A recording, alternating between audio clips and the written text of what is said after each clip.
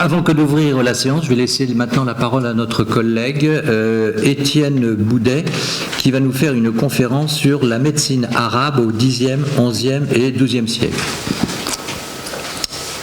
Mon cher Étienne, c'est à vous. Merci, Monsieur le Président, Monsieur le Secrétaire Général, chers collègues, chères mesdames.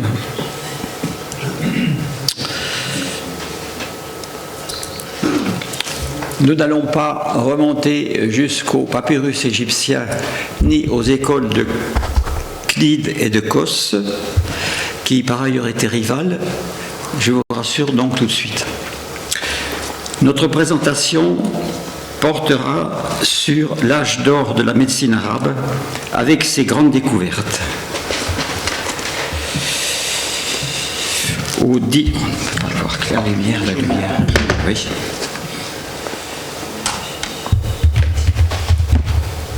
Merci. Voilà, ça va mieux. Pardon, excusez-moi.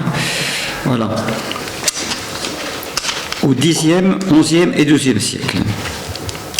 Sous la protection du califat des Omeyyades de 661 à 750, puis des Abbassides de 750 à 1258, les savants eurent l'heureux privilège de connaître un grand épanouissement de la science et de la culture intellectuelle.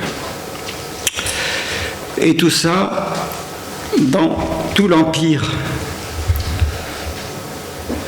musulman qui s'étendait de l'Atlantique à l'Indus.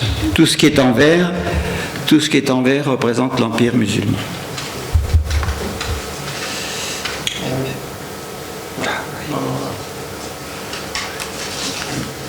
C'est pour faire la flèche. Oui.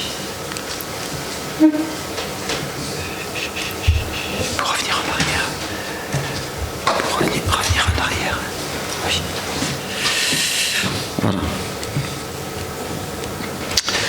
Alors, les médecins arabes de l'époque se sont inspirés des écrits grecs et indiens qu'ils ont traduits dans leur langue, et ils ne se sont pas réduits au rôle de compilateurs. Au contraire, s'appuyant sur leur expérience, ils analysèrent et critiquèrent les textes anciens, apportant un grand développement à la médecine. Cette expérience était fondée sur la pratique dans les hôpitaux structurés et organisés, avec visite quotidienne des malades, enseignements dispensés aux élèves, recueil d'observations comprenant toute l'anamnèse du malade et ses antécédents, création d'écoles et de bibliothèques. Il faut aussi remarquer qu'ils s'inspirèrent du serment d'Hippocrate dans leur pratique quotidienne.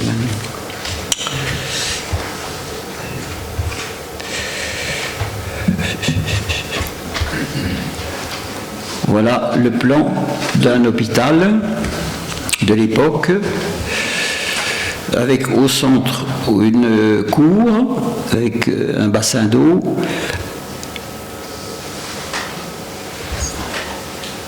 En haut et en bas, ce sont des salles. Iran, ce sont des salles de cours, amphithéâtre et réunions de médecins. Et tout autour de ce bâtiment se trouvent donc des salles annexes où on peut voir, ou des salles annexes qui servaient donc soit de bibliothèque, soit de salles d'hospitalisation. C'est ainsi que les aliénés étaient séparés des autres, les malades fiévreux aussi, les traumatismes étaient donc tout ça dans des salles différentes. Maladie infectieuse. Et on peut dire que cette structure est le prélude à nos centres hospitaliers universitaires. Donc, c'est là, à mon sens, donc, une première grande découverte, puisqu'à l'époque, on faisait donc, dans ces hôpitaux l'enseignement et le soin des malades.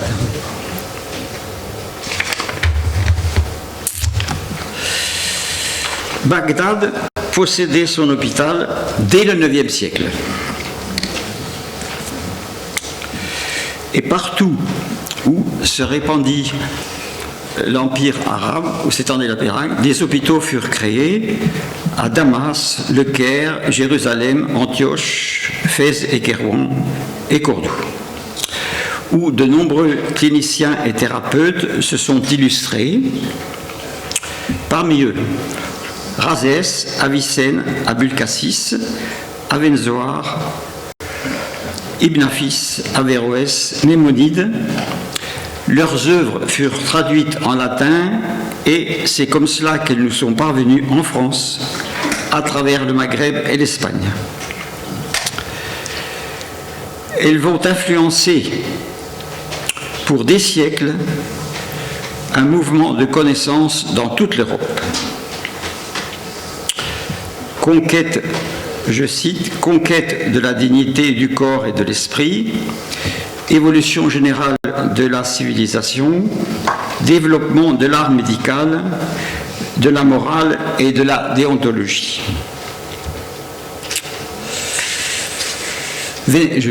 Pas oublier, vénération des maîtres. Ce qui était quand même remarquable pour l'époque. Alors, nous allons voir successivement tous ces médecins arabes. Rhazès. Rhazès est né en Perse en 850. Il fut considéré comme le plus grand médecin qu'ait produit le monde arabe. Il fit ses études à Bagdad. Après plusieurs voyages, il fut rappelé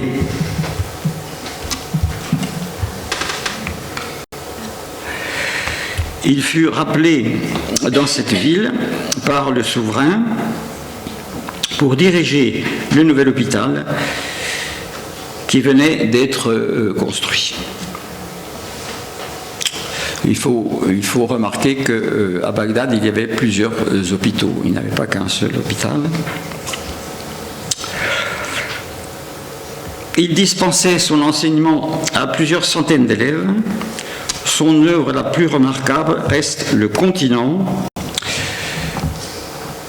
vaste encyclopédie des connaissances médicales résumée au début du Xe siècle et qui servit longtemps d'enseignement dans les écoles en Europe. Il écrivit sur la peste,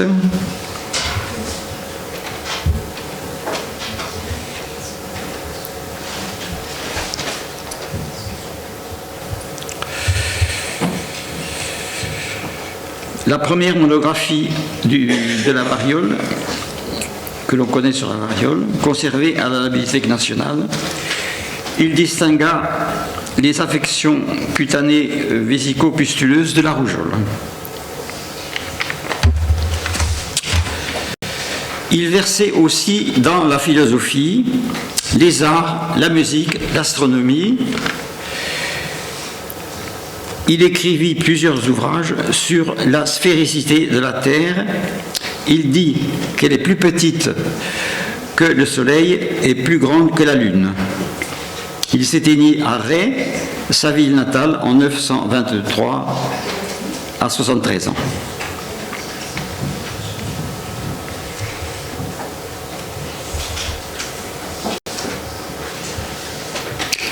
Ça, c'est un texte de Rhazès, écrit en arabe, provenant de l'un de ses écrits. Et nous arrivons maintenant à Avicenne,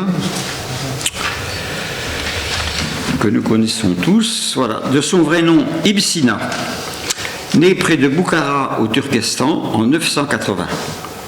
Il fut surnommé le prince des savants. Il fut cet être prodigieux qu'on a comparé à Léonard de Vinci. Il était précoce dans tous les domaines de la science: physique, algèbre, musique, poésie, philosophie. Enfant prodige. À 10 ans, il possédait le Coran dans son entier. À 16 ans, il commence à s'intéresser à l'étude de la médecine à partir de la traduction des œuvres d'Hippocrate. À 21 ans, il dut s'exiler sur les bords de la mer Caspienne, à Djourdjan, où il trouva un puissant protecteur, le sultan Abou Shirazi, qui lui ouvrit les portes de sa bibliothèque, et c'est là qu'il jettera les bases de son ouvrage célèbre, le Canon. Canon de la médecine. Canon veut dire règle en latin. Ce canon connaîtra une quinzaine d'éditions et il servira très longtemps à l'enseignement en Europe jusqu'au XVIIe siècle.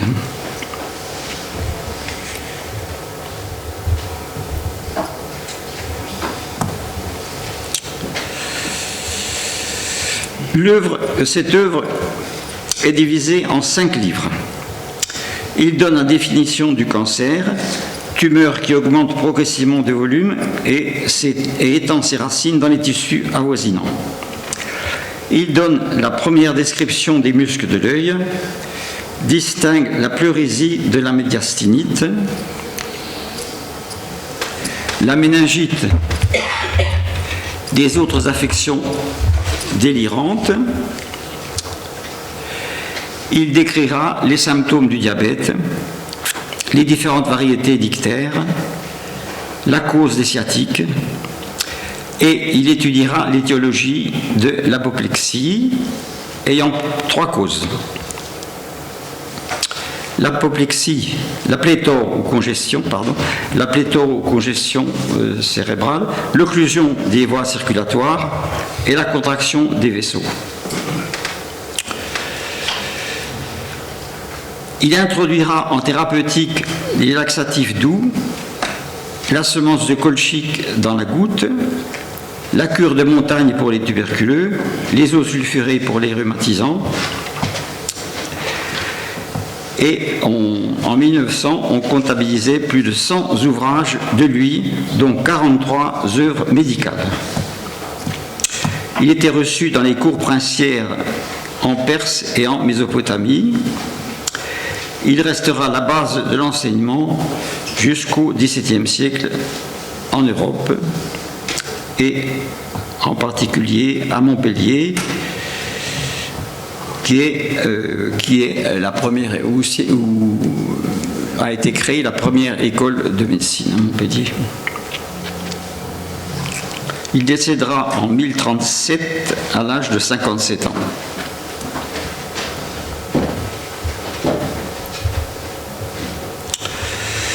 Ibn Hazen. Ibn Hazen est né en 962 à Bassora en Irak, et il passa la majeure partie de son existence au Caire. Mathématicien et physicien de génie, il démontra que les objets sont perçus par l'œil dans la mesure où ils émettent des rayons qui se réfléchissent sur le cristallin, alors que depuis Euclide et Ptolémée, on était convaincu que les rayons lumineux partaient de l'œil vers l'objet. C'est une immense découverte. Il montra aussi l'agrandissement des objets par la loupe.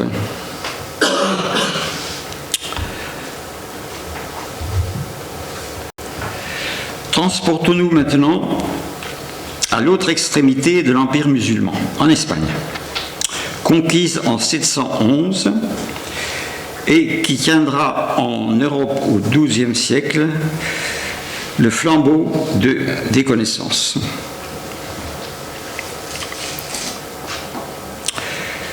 le vaste empire musulman s'était fracturé en plusieurs d'autres dynasties et régnait sur le Maghreb et l'Espagne la dynastie des Almohades et des Almoravides. Comme à Bagdad, les souverains favorisaient les sciences, la culture générale, et Cordoue en fut la métropole. La bibliothèque comptait 600 000 volumes. Kérouan était la métropole du Maghreb. Cette splendeur attirera l'attention de l'Europe ignorante et barbare à cette époque.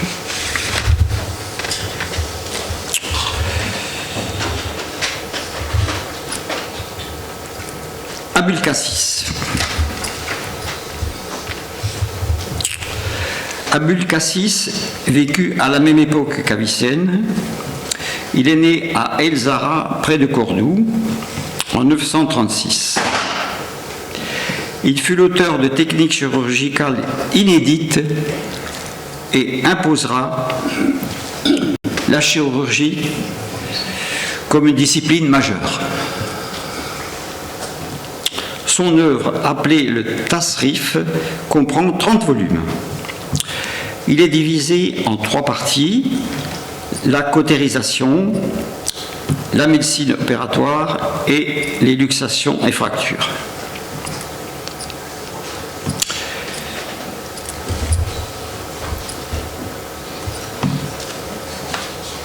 Une page de titre de Abulcasis qui date des années 1500.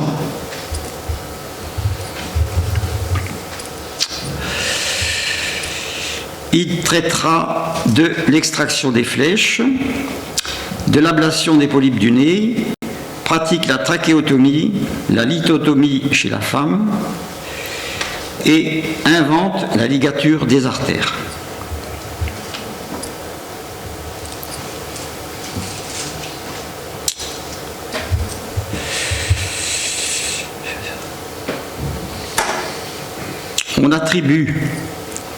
On attribue à Ambroise Paré la découverte des ligatures artérielles, mais c'est Abulcasis qui, le premier, a inventé, 3 siècles avant, inventé cette technique chirurgicale, la ligature artérielle. Voilà une 3e grande découverte de la médecine arabe. Il réduit les luxations, ça c'est la cautérisation. Voilà une réduction de luxation. Je peux dire qu'on n'a pas fait mieux.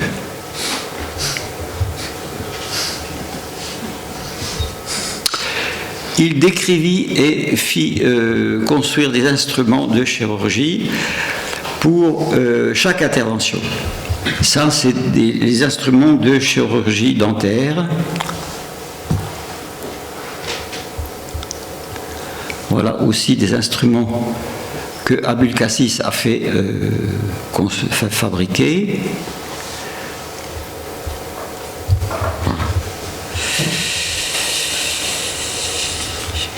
Il est l'autorité, on peut dire que Abulcasis est l'autorité invoquée par les chirurgiens du Moyen-Âge. Il est cité plus de 200 fois par Guy de Chauliac à Montpellier. L'ouvrage d'Abulcasis restera dans l'histoire comme la première expression de la chirurgie, se constituant à l'état de science distincte. En France, il faudra attendre 1743, sous le règne de Louis XV, pour voir la chirurgie reconnue comme discipline médicale à part entière. Et nous connaissons tous les vicissitudes et les combats que les chirurgiens ont dû mener par la suite pour être véritablement une spécialité à part entière. Voilà. Il dit aussi que le chirurgien doit être prudent et circonspect dans ses gestes opératoires. Avenzoar, que nous voyons ici. Avenzoar naquit à Séville en 1101. Il est issu d'une longue famille de médecins andalous. Fortuné, c'est dans cette ambiance que va vivre l'enfant qui, dès son plus jeune âge, apprit la théologie, mais il s'oriente bien vite vers les études médicales. Il voyage beaucoup au Maghreb, où il subira les rigueurs du sultan Ibn Youssef, qui le jettera en prison.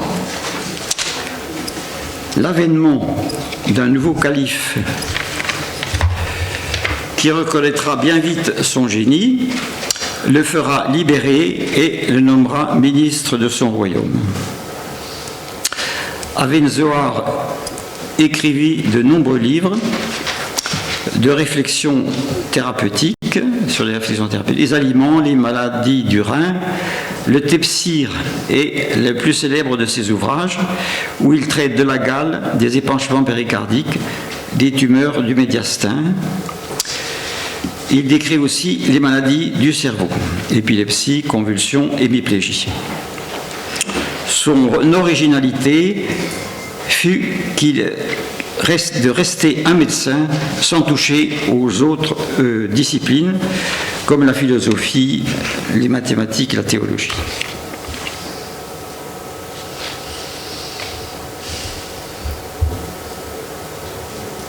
Voilà une page de titre du Tepsir.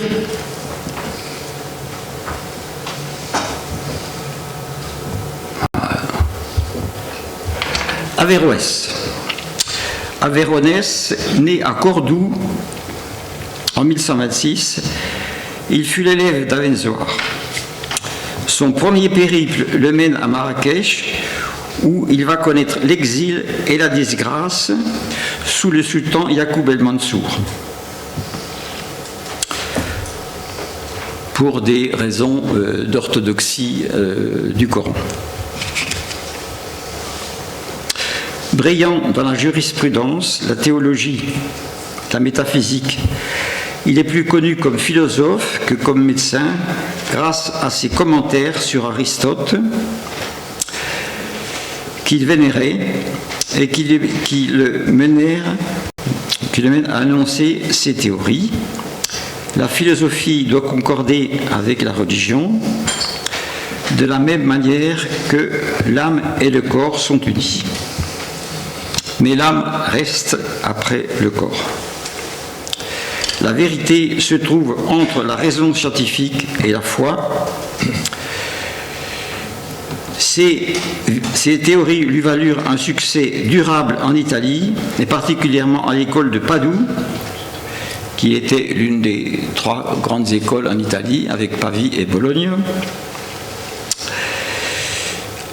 Padoue, d'où rayonnait un élan de libéralisme à la fin du Moyen-Âge.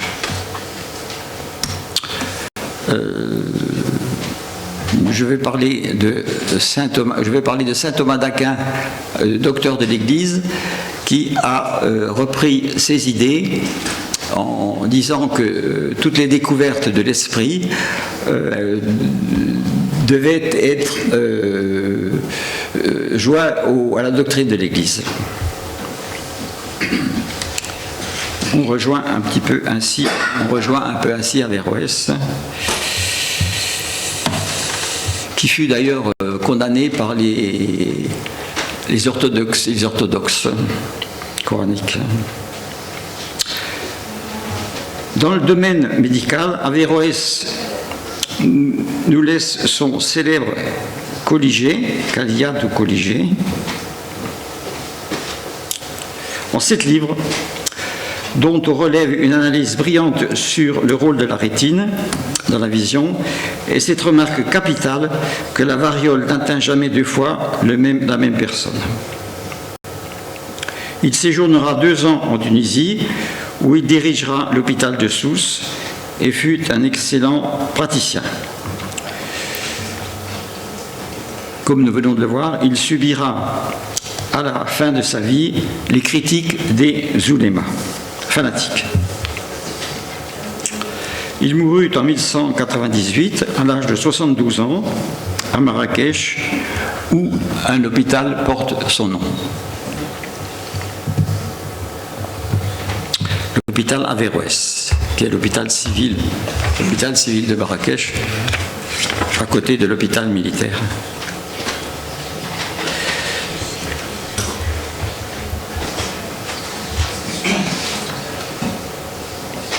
Voilà une autre page de titre, l'Averroès, que l'on voit écrit en haut à la 3e ligne.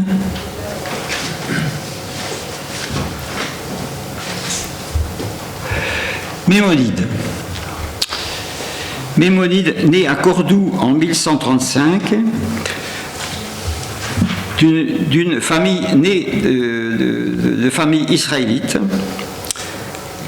À la suite de l'avènement d'une nouvelle dynastie en Espagne, les Almohades, venant du Maghreb en 1142, il dut fuir à l'âge de 13 ans avec sa famille à Fès puis au Caire. Il faut dire que les Almohades n'étaient pas des tendres,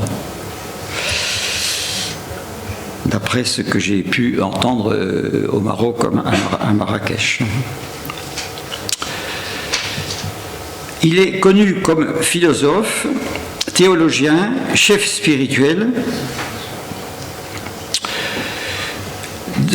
Dans ses œuvres médicales, il passe en revue les règles diététiques et attache autant d'importance à l'hygiène du corps qu'à l'hygiène de l'âme, décrivant les troubles de la sphère psychique, émotionnelle et affective.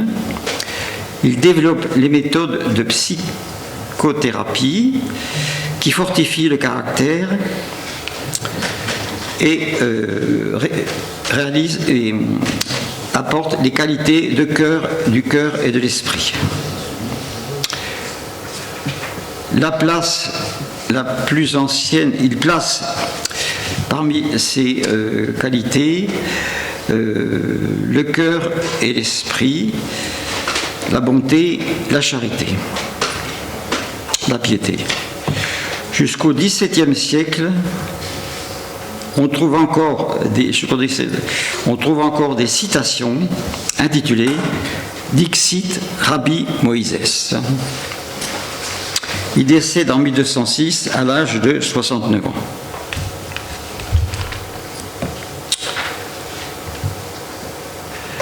Ibn Tufayl.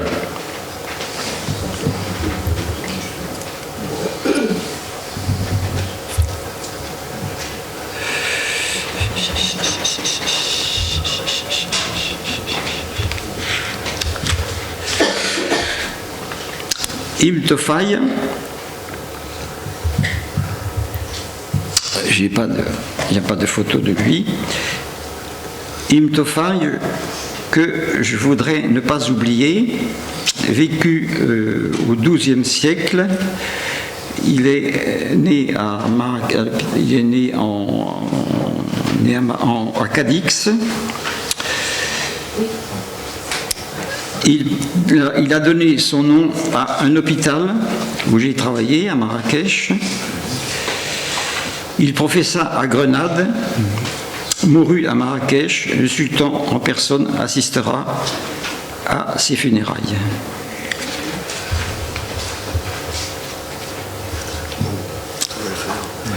Ça, c'est le serment de Mémonide. Et on raconte dans le texte que les étudiants allait prêter le serment de Mémonide au pied de son buste sculpté à la Sorbonne à l'époque.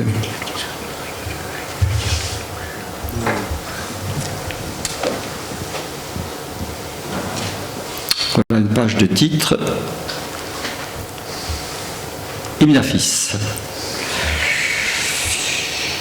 Revenons au Proche-Orient, à Damas, pour parler d'Ibn Nafis et de l'une des plus grandes découvertes de la médecine. Né à Damas en 1219, Ibn Nafis était le type même du savant illuminé et distrait, grand de taille, mince, l'œil vif et pénétrant.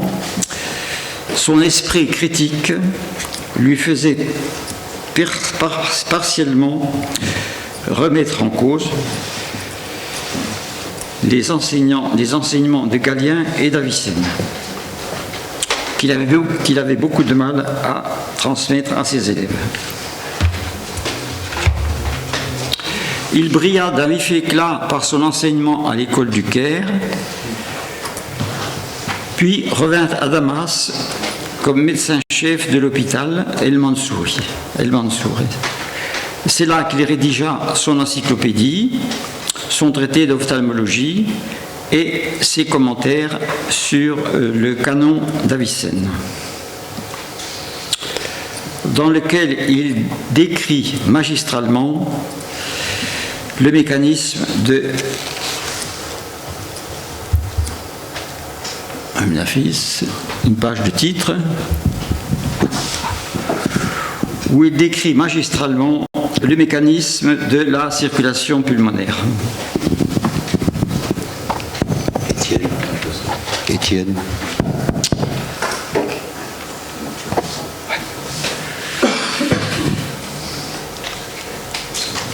Je voudrais parler de cette immense découverte et puis quelques mots sur les aliénés.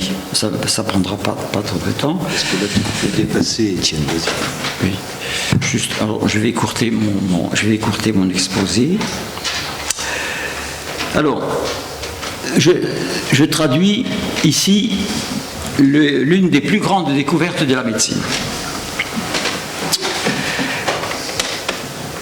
Ibn Nafis déduisit cette immense découverte de l'épaisseur de la cloison interventriculaire. Il écrit: il n'existe aucun passage visible ou invisible, entre parenthèses porosité, entre les deux cavités, ventricule droit et ventricule gauche. Le sang doit nécessairement passer dans la veine antérieure, notre artère pulmonaire, jusqu'au poumon, pour se répandre dans sa substance, et se mélanger avec l'air pour y être raffiné, et devenir apte à engendrer l'esprit et revenir dans la cavité gauche par l'artère veineuse, nos veines pulmonaires. Le reliquat moins raffiné de ce sang est employé à l'alimentation des poumons. Il est établi que Michel Servet, Harvey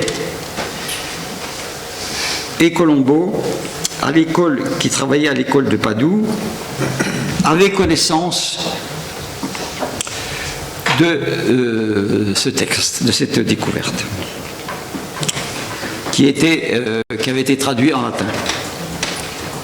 Mais ils n'en ont pas parlé dans leur description de la circulation en 1616, et on peut penser qu'ils ont volontairement occulté cette immense découverte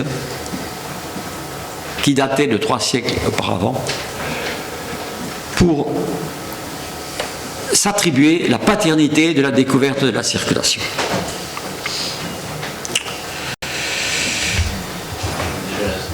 D'ailleurs, cette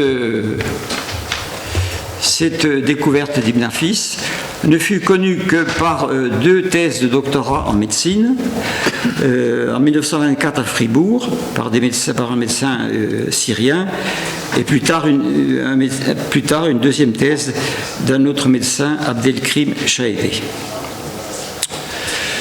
Bon, je passerai sur la pharmacopée. Oui, nous t'invitons à conclure.